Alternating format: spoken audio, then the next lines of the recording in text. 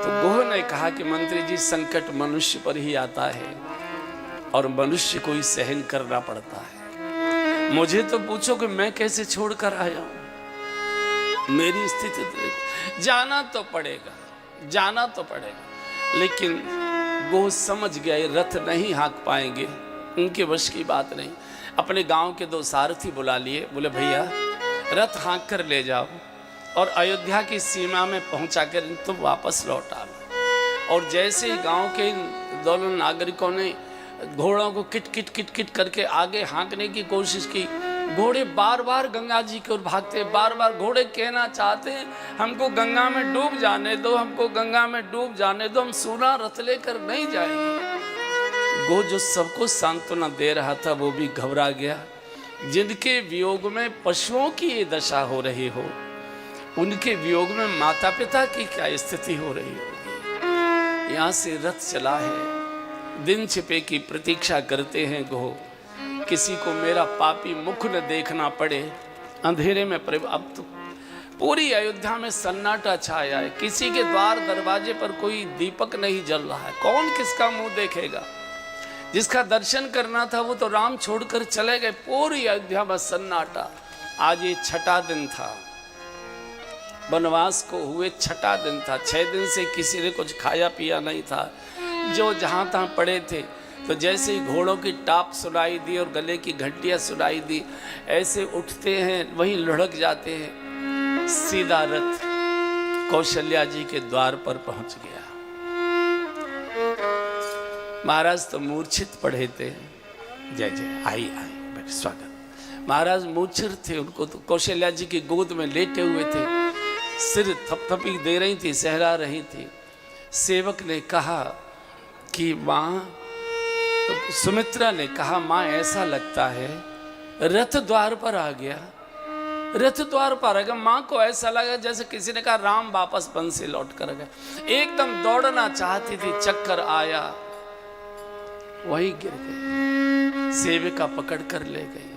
माँ को आते देखा, घोड़े हिनहिनाने लगे, अपनी अपनी टाप धरती पर पटकने लगे, अपनी भाषा में बोलने लगे, माँ रथ के पास नहीं आना, रथ के पास नहीं आना, सोना रथ देखकर जीवित नहीं रह पाओगे। समझ गए रथ सोना है। सेविकाओं ने कौशल्या जी को साधा है, पकड़ कर ले जा रही है। सेवकों ने सुमंत्र को उतारा है, खड़े होने की क्षमता नहीं है, हाथ पकड़कर 6 दिन से भूखे प्यासे रोते रोते अंदर गए हैं बराडे में। महाराज मूर्छित अवस्था में बस हा राम हा राघव, हा राम हा राघव, हा बिटिया, हा जानकी, हा लखन, इतना कर रहे थे।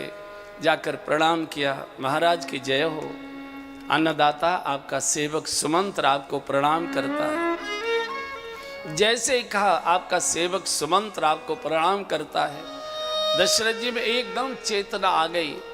जैसे मई जून का सरोवर सूख रहा हो और मछलियां जल की एक एक बूंद के लिए तड़प रही हो, फड़फड़ा रही हो, और अचानक घनघोर वर्षा हो जाए तो जैसे मछलियों को प्राण शक्ति आती है, एकदम प्राण शक्ति, एकदम बैठ गए। सुमंत्र मेरा राम कहाँ, कहो सुमंत्र कहाँ राम, मेरा राम कहाँ है, मेरी बिटिया कहाँ है, लखन कहाँ है। लोगों को मना करो, स्वागत सत्कार बाद में करेंगे, पहले मेरे पास लाओ, मेरे प्राण बचाओ। सुमंत्र क्या बोले कुछ समझ में नहीं आ रहा, धरती कुरे देने लगे, हिलाकर कंधा पकड़, बोलते क्यों नहीं, सुमंत्र कहाँ छोड़कर आयो, कितनी देर में आ रहे। महाराज धैर्य रखिए, आप बहुत धीरवान, उपदेश मत करो, ये बताओ मेरे बालक कहाँ हैं। वही बता रहा हूँ महाराज। पहले दिन यहाँ से तमसा के किनारे हम लोग रात्रि को विश्राम किया, सबको सोता छोड़कर रात्रि में आगे बढ़ गए, श्रृंगवेर पर पहुँचे, वहाँ एक रात्रि को विश्राम हुआ। अगले दिन एक नाविक ने तीनों को नाव में बिठाकर गंगा के पार कराया। इस किनारे खड़े खड़े मैंने गंगा पार करते जाते दूर तक देखा, उसके बाद वो दिखाई देना बंद हो गए। कहाँ गए राजन मुझे मालूम नहीं। आज तक मैंने हमेशा आपकी आज्ञा का पालन किया है, इस बार मैं आपकी आज्ञा का पालन नहीं कर पाया, मुझे जीवित रहने का अधिकार नहीं महाराज, मुझे मृत्यु दंड दे दीजिए, मृत्यु दंड दे दीजिए। आगे क्या क्या कहा सुमंत्र ने, दशरथ जी ने कुछ नहीं सुना, केवल इतना सुना कि कहां गए मुझे मालूम नहीं। एकदम सुमंत्र से तो छूट गए, जो खंबा था बरांडे का उसमें सिर मारने लगे, खून के फुहार छूट पड़े एकदम। कौशल्या जी अंक में भरे, नहीं नहीं राजन नहीं, ये नहीं करने दूंगी, मैं नहीं करने दो राजन, धैर्य नहीं रानी। कैसा भोला भाला बालक मेरा राम, कभी मेरे सामने आकर खड़ा हुआ, सिर उठाकर मेरी ओर कभी देखता नहीं था।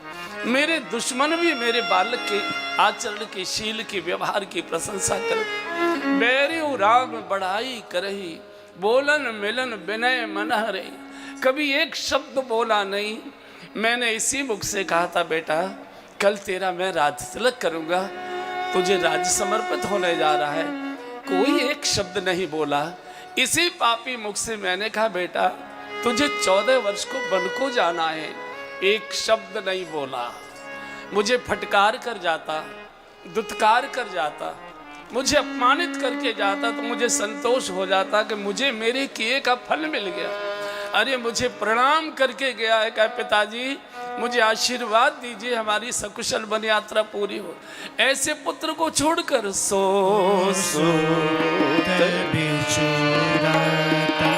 गए न प्राणा, सो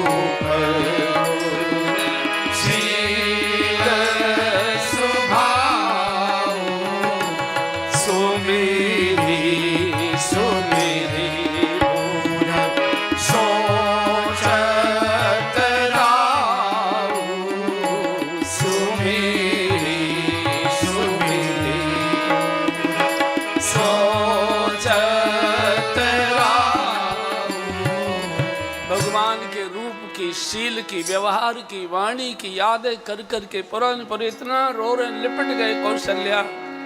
अब मुझे जीव एकदम छूट गए, फिर खंबे से सिर मारने लगे। एकदम कौशल्या जी ने चरणों में सिर रख दिया, राजन ये मत करिए, एक बार नेत्र खोलकर मेरे माथे के सिंदूर को आप देख लीजिए। आपने इन्हीं हाथों से मुझे सुहागन बनाया था, मेरे माथे की सिंदूर भरा था, मांग भरी थी इन्हीं हाथों ने, जिसने मुझे सुहागिन बनाया, उन्हीं हाथों से मुझे अभागिन मत बनाइए, मुझे विधवा मत करिए राजन, मेरे सुहाग की सौगंध, मेरे सिंदूर की सौगंध। नहीं रानी, अब ने एकदम चीख चीख कर सब रानियों को बुला लिया, मेरे पास बैठो, मुझे अपशकुन हो रहा है, मुझे लगता है अयोध्या का सूर्य डूबने जा रहा है, रात्रि का समय, करी बिलाप सब रो भैया, करी बिलाप सब रो भैया, महाविपति की निजाई बखारी, महाविपति की निजाई बखारी, सुनी बिलाप दुख दुख लागा, सुनी बिलाप दुख दुख लागा, धीरज हो कर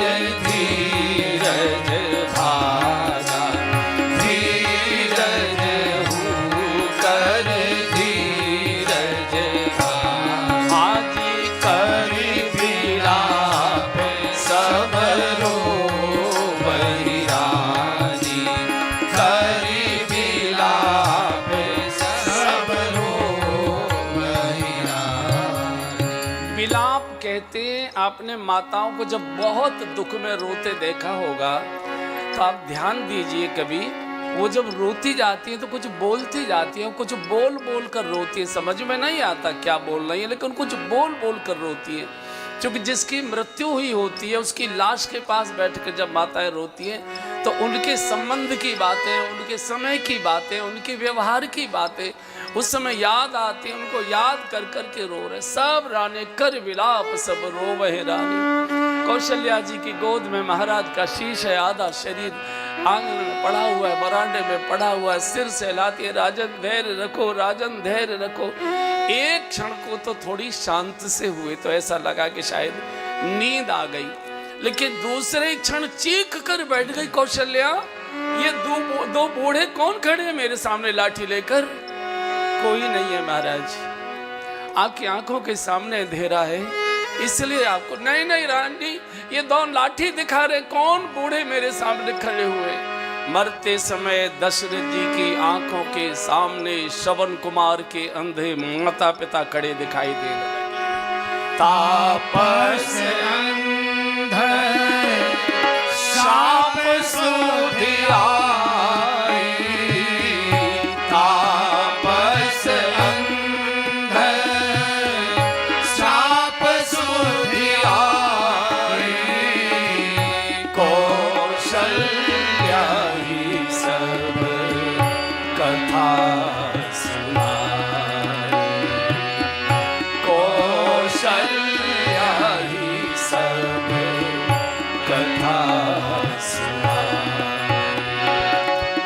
भयउ विकल बर नत इतिहासा, भयउ विकल बर नत इतिहासा, राम रहित धिक जीवन आसा, राम रहित धिक जीवन आसा।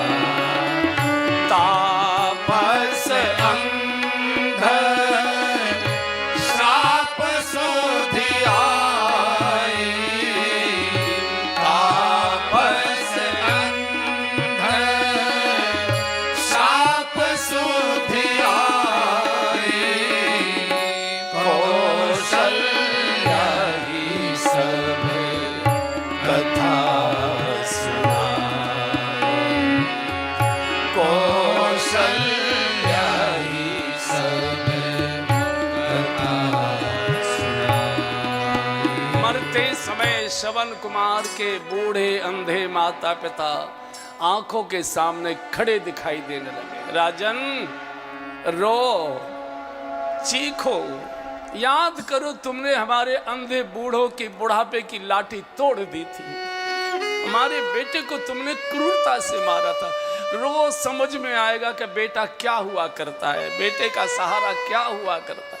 तापस अंध और मरते समय दशरथ जी को अपने जीवन का किया गया पाप आंखों के सामने खड़ा दिखाई देने लगा। और मरते समय मनुष्य के सामने पाप ही आकर खड़ा होता है, पुण्य नहीं आता याद। कारण पुण्य तो कई बार शेखी में कर देता है, देखा देखी भी कर देता है, नाम यश के लिए भी कर देता है। पाप करता है बहुत सुविचार से, बहुत सावधानी से, बहुत सतर्कता से, किसी को पता न लग जाए इस सावधानी से पाप करता है। और जो कार्य बहुत सावधानी से किए जाते हैं वो जीवन के अंत समय तक याद बने रहते हैं। श्रवण कुमार के माता पिता की श्राप की कहानी दशरथ जी कैकेयी जी को बता चुके थे एक बार। कैकेयी को मालूम था कि इनकी मृत्यु जब भी होगी पुत्र वियोग में होगी, कौशल्या को नहीं बताया। आज वो बता रहे हैं, मैंने जीवन भर इस पाप को तुमसे छुपा के रखा देवी। मुझे वह दृश्य दिखाई दे रहा है, एक रात में शिकार के लिए गया, बहुत देर तक कोई शिकार नहीं मिली, निराश में लौटना चाहता था। इतने में बुड़ुक बुड़ुक बुड़ुक की आवाज आई सरयू के किनारे से, दूर से। मैंने सोचा कोई मृग जल पी रहा है, कोई जंगली जानवर जल पी रहा है। और मैंने वहीं से खड़े खड़े शब्द भेदी बाण छोड़ दिया। जैसे मैंने बाण छोड़ा वहां से चीख आई, अरे किस पापी ने मुझे मार डाला। मैंने तो कोई अपराध किया नहीं, मैं तो अपने अंधे प्यासे माता पिता को जल लेने आया था। अरे अवध तो धर्म की राजधानी है, यहाँ तो धर्म धुरंधर गुण नित्य ज्ञानी महाराज दशरथ यहाँ के राजा हैं, धर्मात्मा राजा के राज्य में कौन पापी पैदा हो गया जिसने निरपराध यात्री को मार डाला। रानी मेरे पैरों की धरती खिसक गई और मैं कप कपाते कदमों से सरयू के किनारे किनारे किनारे कर पहुंचा। देखा सरयू के किनारे आधा जल में और आधा कीचड़ में सरयू के किनारे एक युवक फड़फड़ा रहा है, जैसे मछली को जल के बाहर निकाल दिया जाए, जैसे वो फड़फड़ाती है ऐसा फड़फड़ा रहा था। मुझे जब देखा तो कहा, राजन आपने मुझे मारा है, मैंने तो कोई अपराध किया नहीं था। मैं तो अपने अंधे माता पिता को तीर्थ यात्रा के लिए लेकर जा रहा था। रात्रि को ठहरना था, प्यास लगी थी, जल लेने आया था, तुमने ये क्या कर दिया। मैंने एक ज्योतिषी को पूछा था कि मेरे अंधे माता पिता की नेत्र ज्योति वापस आए, इसके लिए मुझे कोई उपाय कोई अनुष्ठान बता दीजिए। तो उन ज्योतिषी जी ने कहा था कि अगर तुम अपने वृद्ध माता पिता को अंधे माता पिता को भारत के 67 तीर्थों की यात्रा कराओगे तो तुम्हारे माता पिता की नेत्र ज्योति वापस आ जाएगी। मेरे 66 तीर्थ पूर्ण हो चुके थे, केवल एक अवध बची थी, अयोध्या बची थी। मुझे नहीं मालूम था कि यहाँ आकर मैं अपने माता पिता को छोड़ दूंगा, मेरे माता पिता बिना पुत्र के हो जाएं। मैं कभी नहीं आता। राजन तुमने ये क्या कर डाला। ये शरीर में बहुत जलन पैदा कर रहा है आपका बाण, इस बाण को निकालिए, मुझे शांति से प्राण छोड़ने दीजिए। लेकिन ये मेरा जल पात्र लेकर जाओ, अंदर वन के अंदर झाड़ियों में मेरे माता पिता अंधे प्यास से बैठे प्रतीक्षा कर रहे हैं, उनको जाकर पहले जल पिलाना। जब तक वे जल न पी रहे उनको ये नहीं बोलना कि तुम्हारा श्रवण दुनिया छोड़कर चला गया। उनको प्यासे नहीं मरने देना। अगर तुमने पहले कह दिया तो मेरे माता पिता जल नहीं पिएंगे, प्यासे ही तड़प कर प्राण छोड़ देंगे। और रानी मेरे देखते देखते बालक लुढ़क गया, उसने शरीर छोड़ दिया। मैं जल का पात्र भर कर लेकर कपाते कदमों से अंदर झाड़ियों में ढूंढने के लिए गया। दोनों अंधे एकदम मेरी पहुंचने की खड़खड़ाहट सुनी। भैया बेटा श्रवण इतना देर कैसे कर लिया, जल तो पास था, पक्षियों की जानवरों की आवाज आ रही थी, बहुत प्यास लगी, कंठ सूखा जा रहा है, इतना विलंब कैसे कर लिया। और बेटा बेटा श्रवण श्रवण भैया भैया बोलो तो सही बेटा क्या बात है।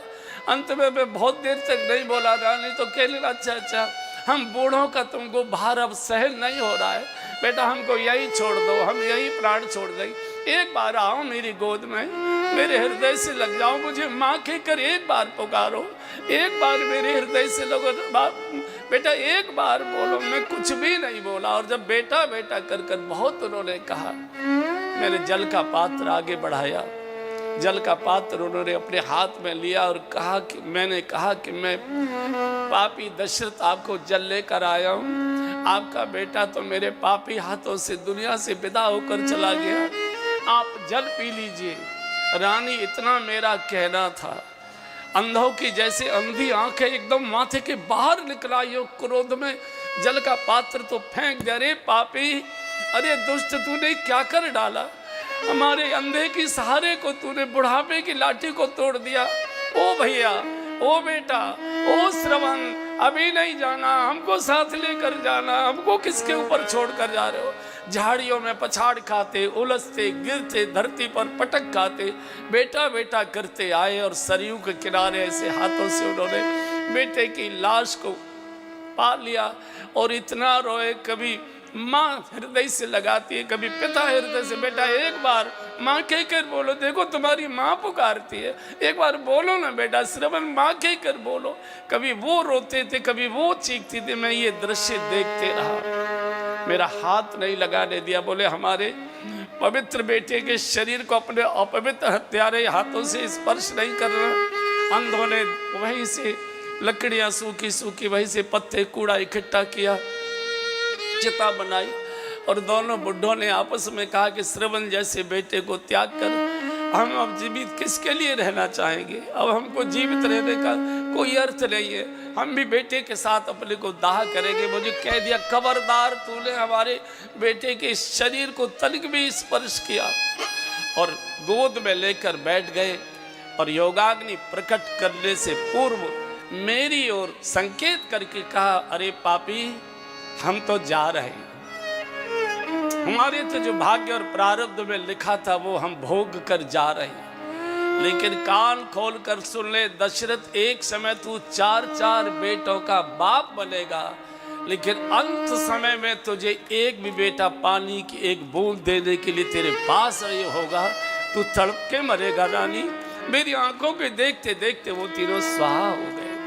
इस पाप को मैंने जीवन भर तुमसे छुपा के रखा था, वो पाप मेरी आंखों के सामने आकर खड़ा हो गया। अब मुझे जाने दो। एकदम चीखने लगे और राम राम कही, राम कही, और राम राम कही, राम तनु परिहर रघुबर वीर राव गए सुरधाम। 6 बार हे राम हे राम हे राम हे राम हे राम हे राम। कौशल्या जी गोद में लुढ़क गई। आज छठा दिन था राम को जाए। 6 बार लुढ़ गए। एकदम चीख पड़ी, नहीं नहीं नहीं सुमित्रा, ये नहीं हो सकता। सुमित्रा, ये क्या माँ? अरे सुमित्रा, भाग्य फूट गया अयोध्या का। रात्रि के 12 बजे का समय, राजभवन में रुदन का कोलाहल मचाए, पक्षी जाग गए, पक्षी रुदन करने लगे, पूरी रानियां दौड़कर आ गई और करी विलाप सब करी विलाप सब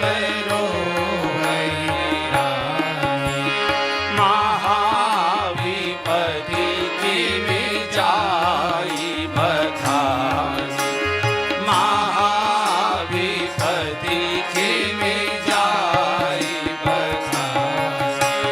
सोनी विलाप दुख हूँ दुख लागा, सोनी विलाप दुख हूँ दुख लागा। धीरज हूँ कर धीरज भागा, धीरज हूँ कर धीरज भागा। आजी करी विलाप सरो वही रानी, करी विलाप सबरो वही रानी। 6 बार राम राम राम राम राम राम। भयंकर रुदन। प्रातःकाल वशिष्ठ जी आते हैं, बहुत प्रकार का ज्ञानोपदेश कर शोक शांत करते हैं और एक साथ दोनों प्रमाण पत्र आज वशिष्ठ जी ने दशरथ जी को समर्पित कर दिए। जियल मरण फल दशरथ पावा, जियल मरण फल दशरथ पावा। अंड अनेक अमर जसु छावा, अंड अनेक अमर जसु छावा। जियत राम विधु भगन निहारा, जियत राम विधु भगन निहारा। राम विरह करि मरण सहारा, राम विरह करि मरण सहारा। आजी जियन मरण फल दशरथ पावा, जियन मरण फल दशरथ पावा। वशिष्ठ जी ने एक साथ दोनों प्रमाण पत्र दे दिए महाराज को, जन्म लेने का और मृत्यु का। जब तक जीवित रहे राम मुख का दर्शन करते रहे, प्राण छोड़े तो राम राम कहि राम कहि राम राम कहि राम। राम राम कहते प्राण छोड़े। और यही जीवन की सार्थकता। मनुष्य के अंतिम समय में मन कहाँ अटका हुआ है, इससे उसके अगले जन्म का निर्धारण हुआ करता है। अगले जन्म का अंत समय में मनुष्य कहाँ डूबा हुआ है, किसको याद कर रहा है, क्या सोच रहा है, कहाँ खोया हुआ है, उसके आधार पर उसका अगला जन्म होता है। महाराज ने मरते समय भगवान का नाम उसी के जिह्वा पर आएगा जिसने जीवन भर राम का नाम लिया हो। कोई सोचे जीवन भर तो बस गप्पे गोड़बाजी और इधर उधर की बातें करते रहेंगे और मरते समय गीता जी का पाठ बिठा लेंगे और पार होकर चले जाएंगे। सवाल ही नहीं, जिसने जीवन भर गीत नहीं गाया, जिसने जीवन भर गालियां ही दी है, वो मरते समय गीता नहीं सुनेगा, चीखेगा रे मूर्खों कह के बंद करो, चैन से मरने भी तो दो। बहुत मुश्किल हो। जिसने जीवन भर, हमको अपने बचपन की आदत, बच्चों को मुर्दा देखने का बहुत शौक होता है। अच्छा, माताएं जो है बच्चों को मुर्दा नहीं देखने देती। पड़ोस अड़ोस में कोई मरा जाता था तो सभी बाहर से कुंडी लगा जाती थी। क्यों?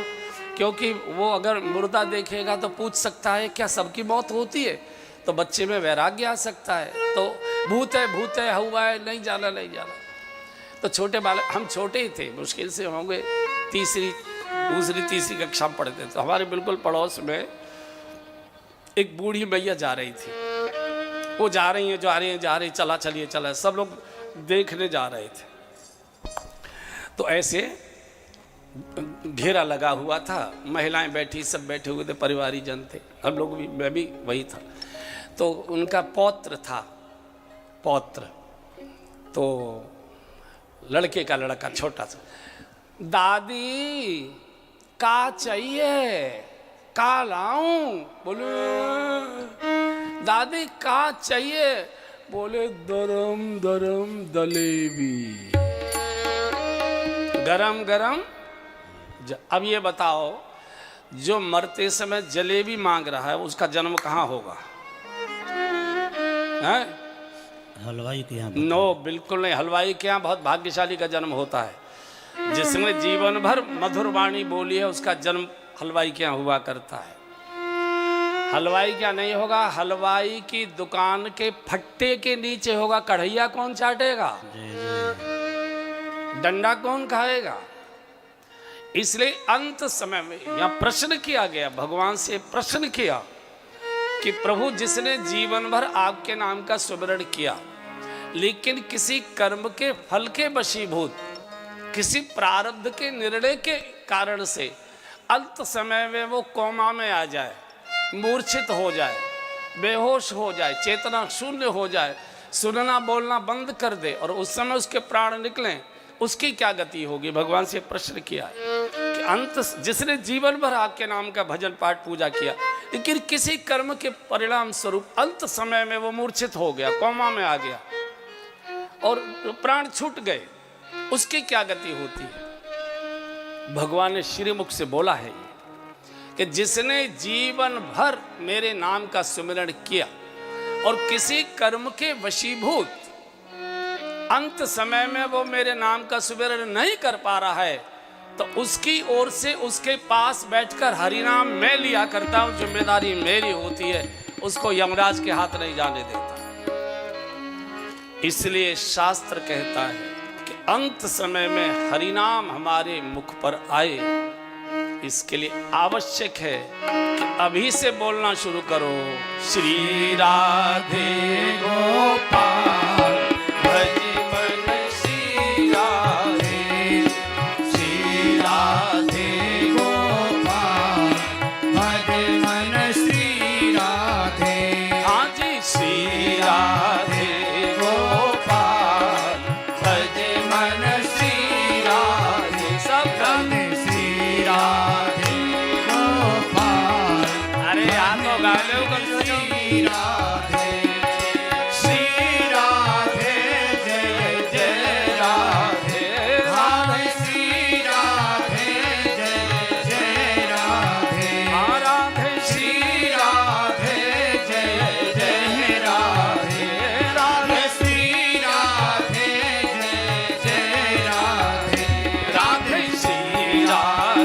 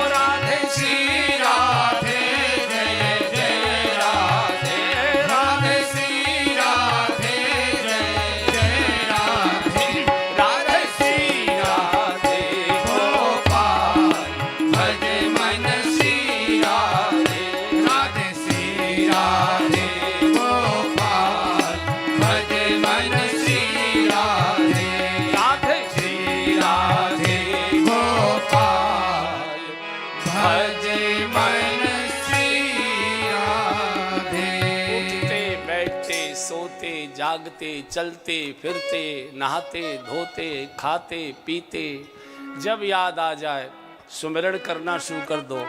भूल गए काम में कोई बात नहीं, जब याद आ जाए फिर शुरू कर दो। भजन कभी खंडित नहीं हुआ करता, अनुष्ठान खंडित होते हैं, भजन खंडित नहीं हुआ करता। यहाँ से वशिष्ठ जी ने तेल के कढ़ाव में महाराज के पार्थिव शरीर को सुरक्षित रखा। 2 धावक बुलाए गए, पत्र लिख कर दिया, बोले जाओ कैकेयी देश ये पत्र भरत को देना और तुरंत बुला कर लाओ। तो जब धावक महल से निकले तो कौशल्या जी को थोड़ी चेतना आई, होश आया। वो गए क्या दोनों सेवक, गए क्या के देश? बुलाओ, वापस बुलाओ। वापस बुलाओ। कौशल्या जी ने कहा कि कैकेयी देश जा रहे हो, वशिष्ठ जी का गुरुदेव का पत्र देना, यहाँ की किसी घटना की चर्चा नहीं करना। वो भरत कितना भी कसम दे के पूछे, कहना हमको मालूम नहीं, हमको तो गुरुजी ने बाहर पत्र दिया, हम तो समाचार लेकर आए। क्योंकि मैं जानती हूं भरत ने कैकेयी का दूध नहीं पिया, भरत ने मेरा दूध पिया। और आपको ये जानकारी होगी, राम ने कभी कौशल्या जी का दूध नहीं पिया और भरत जी ने कभी कैकेयी का दूध नहीं पिया। कौशल्या जी का दूध भरत जी ने पिया और कैकेयी का दूध राम जी ने पिया। ये हुआ क्या, ये दोनों बालक एक से थे, एक से रूप रंग के, एक से स्वभाव के। भरत राम ही की अनुहारी, सहसा लख न सकै नर नारी। तो बच्चे बदल जाते थे, कैकेयी जल्दबाजी में राम को उठा ले जाती थी, कौशल्या जी भरत को उठा ले जाती। बहुत दिनों के बाद चर्चा होने लगी कि बच्चे बदल जाते हैं।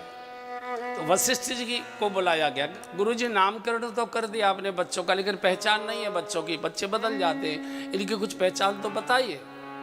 तो वशिष्ठ जी का देवी इनकी पहचान तो वेद भी नहीं बता सकता, वो भी ना इति न इति करके मौन हो जाएगा, लेकिन मैं कुछ संकेत बता सकता हूं जिससे आपका काम चल जाए। तो देख लीजिए क्या है। बोले देखना, ये दोनों बच्चे जब पास पास बैठे हों तो दूर से देखना, जो बच्चा सामने वाले बालक के चेहरे की ओर देख रहा हो तो समझना देखने वाला बालक राम है, और जो बालक सामने वाले बच्चे के चरणों की ओर देख रहा हो तो समझना देखने वाला बालक भरत है। भरत कभी राम के चेहरे की ओर नहीं देखेगा, चरणों की ओर देखेगा। ये बात कब खुली, जब भरत जी ननिहाल से आए और जब वियोग में बहुत रोए हैं। आपने देखा है कि दुख में व्यक्ति जब रोता है तो कुछ बोल बोल के रोता है, पुरानी पुरानी बातें याद आती हैं उसे। तो जब भरत जी रो रहे थे तो एक ही बात बोल रहे थे, कैकेयी बैरिन मुझे कम से कम आ जाने तो दिया होता। मैंने तो अपनी आंखों से भगवान को कभी निगाहवर कर देखा ही नहीं कि मेरे प्रभु कैसे हैं, और उससे पहले ही तूने आंखों से ओझल कर दिया। तो कौशल्या इस बात को जानती थी, वो कितनी भी कसमें दे कुछ बोलना नहीं तो वो अयोध्या पकड़ नहीं पाएगा, रास्ते में प्राण छोड़ देगा। यहाँ से दोनों धावक कैकेयी देश के लिए चले। उधर जरा चैनल बदल दीजिए, थोड़ा कैकेयी देश का चैनल लगाइए अपने टीवी पर। वहाँ क्या चल रहा है? जिस दिन से अयोध्या में दुर्घटनाओं का दौर प्रारंभ हुआ, अनर्थ अवध आरंभे जगते, अनर्थ अवध आरंभे जगते, कुश गुण होई भरत कहु तब ते, कुश गुण होई भरत कहु तब ते, देखनी रात भयानक सब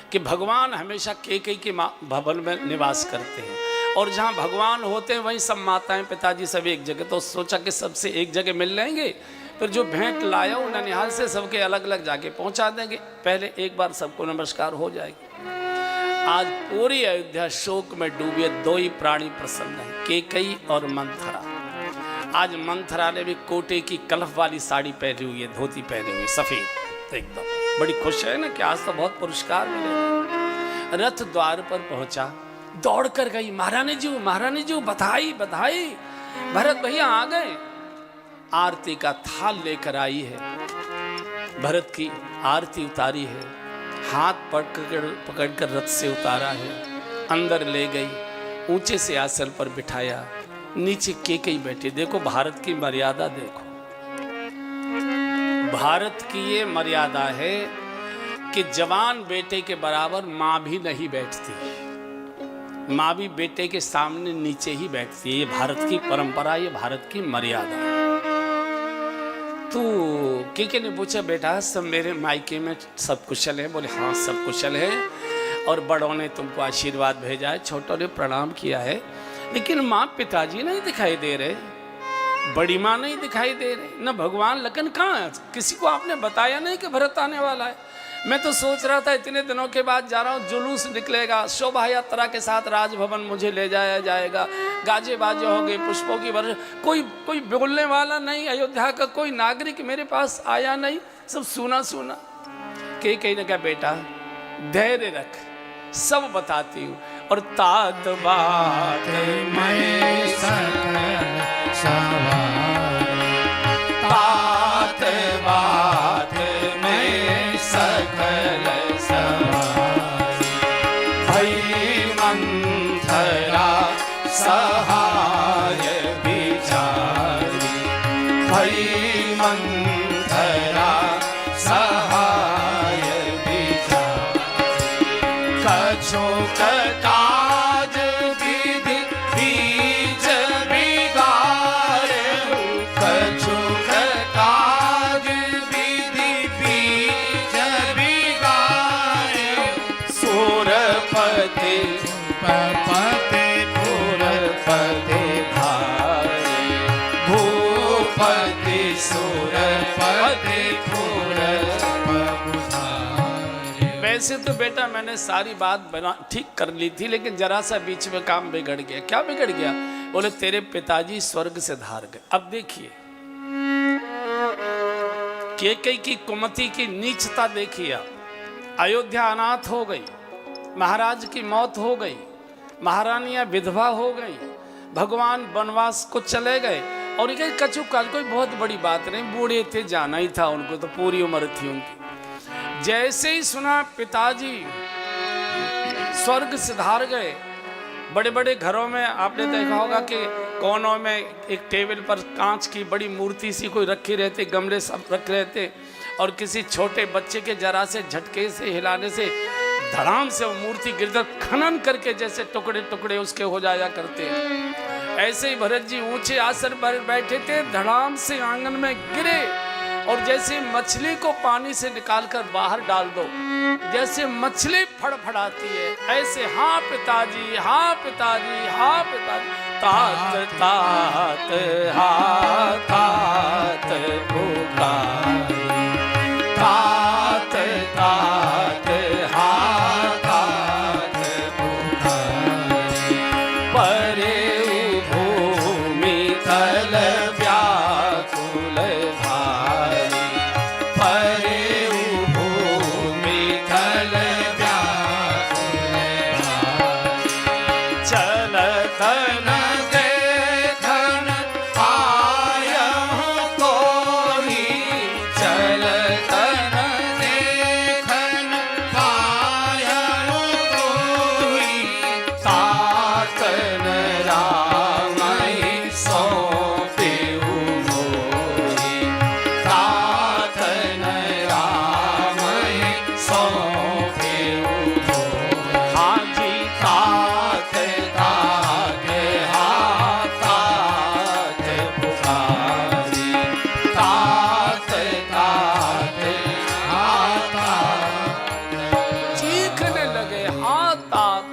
पिताजी, हाँ पिताजी, हाँ पिताजी।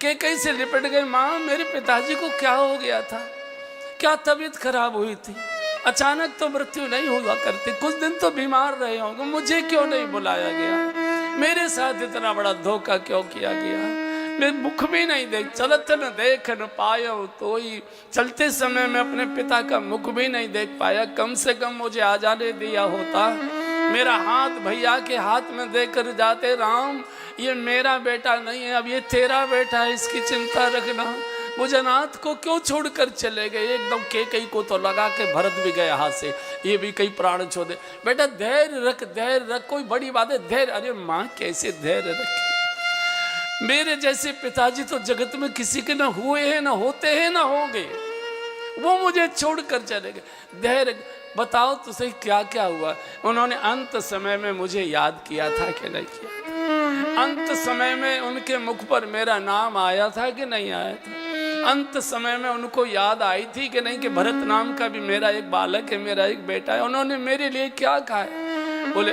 धैर्य रख, आधे उते सब आपन करनी, बेटा कोई बहुत बड़ी बात नहीं थी। एक दिन तेरे पिताजी राजभवन में मेरे पास आए थे और बोले कि कई आज हम बहुत प्रसन्न हैं, तुमको जो मांगना है सो मांग लो। मेरे 2 वरदान उन पर उधार थे, अवसर देख कर मैंने मांग लिया। एक वरदान में मैंने अयोध्या का तुझे राज्य मांग लिया और दूसरे वरदान में राम का 14 वर्ष का वनवास मांग लिया। बस राम वन को गए, इस घटना को वो सहन नहीं कर पाए और राम के विरह में उन्होंने प्राण छोड़ दिए। कोई बात नहीं बेटा, जाना ही था, पके फलते वो तो कभी भी गिरते, आज नहीं कल जाते। अब ये शोक छोड़ो और तुम राज्य को स्वीकार करो। भरत जी पिताजी की मौत के दुख को तो भूल गए, एकदम चेहरा तमतमा गया, लाल लाल आंखें बाहर निकल आई, गर्दन पकड़ी, अरे बैरिन तुम मां नहीं हो सकती, तुझे मां होने का कोई अधिकार नहीं है, मां कहलाने का कोई अधिकार नहीं। मेरे कारण से मेरे प्रभु को वन में तू क्या झूठ बोलती थी, क्या धोखा देती थी कि हे विधाता अगले जन्म में मेरे गर्भ में राम पैदा होना चाहिए, मेरे गर्भ में आना चाहिए। और मेरे कैसे भोले भाले पिता, सरल सुशील धर्मरत राहु, शोक में जाने तीय स्वभाव। जैसे कोई छोटा बालक पापा पापा पापा पापा करके कूदता हुआ आ रहा हो बिस्कुट हाथ में लेकर, और पापा पहले से खंजर लिए बैठा हो, पापा देखो बिस्कुट और खंजर मार दे, तूने ऐसे किया, कैसी मनोती मना के आए हो गई। और जब ये तूने बात बोली होगी, कैसी तेरी खुशामद की होगी, कितने गिड़गिड़ाए होंगे, कितने रोए होंगे, एकदम तो प्राण नहीं निकल जाते, कोई तबीयत भी तो खराब नहीं हुई थी, कैसे तड़पे होंगे, कैसे चीखे होंगे, कैसे घबराए होंगे। और तू ये सब अपनी आंखों से देखती रही, मेरी आंखों के सामने से चली जा। आज से तू मेरी माँ नहीं, मैं तेरा बेटा नहीं, मेरा तेरा कोई संबंध नहीं है, कोई संबंध नहीं। जिस समय तूने वरदान मांगे होंगे, सरल सुशील धर्म रत राव, शोक में जान तीय स्वभाव। मेरे पिता कितने सीधे सरल, तेरी चतुराई चालाकी समझ नहीं पाए, कितनी खुशामतें तेरी की होंगी उन्होंने, और तू ये सब देखती रही। आज से मेरा तेरा कोई संबंध नहीं, मैं तो कौशल्या माँ की गंगा रूपी गोद में पहले पाप का प्रक्षालन करूंगा। धिक्कार देकर निकल गए। और आपको आश्चर्य होगा, जब तक कैकई जीवित रही, भरत जी ने कैकई को कभी मां कहकर संबोधित नहीं किया। जाके प्रियन राम वैदेही, तजिए ताहि कोट वैरी सम, यद्यपि परम सनेही। जाके प्रियन राम वैदेही, कभी मां नहीं कहा, कभी मां नहीं कहा, तरसते रह गए। ऐसी कथा आती है कि जब वनवास समाप्त हो गया और भगवान का राज सिंहासन तिलक समारोह हो गया अवध का,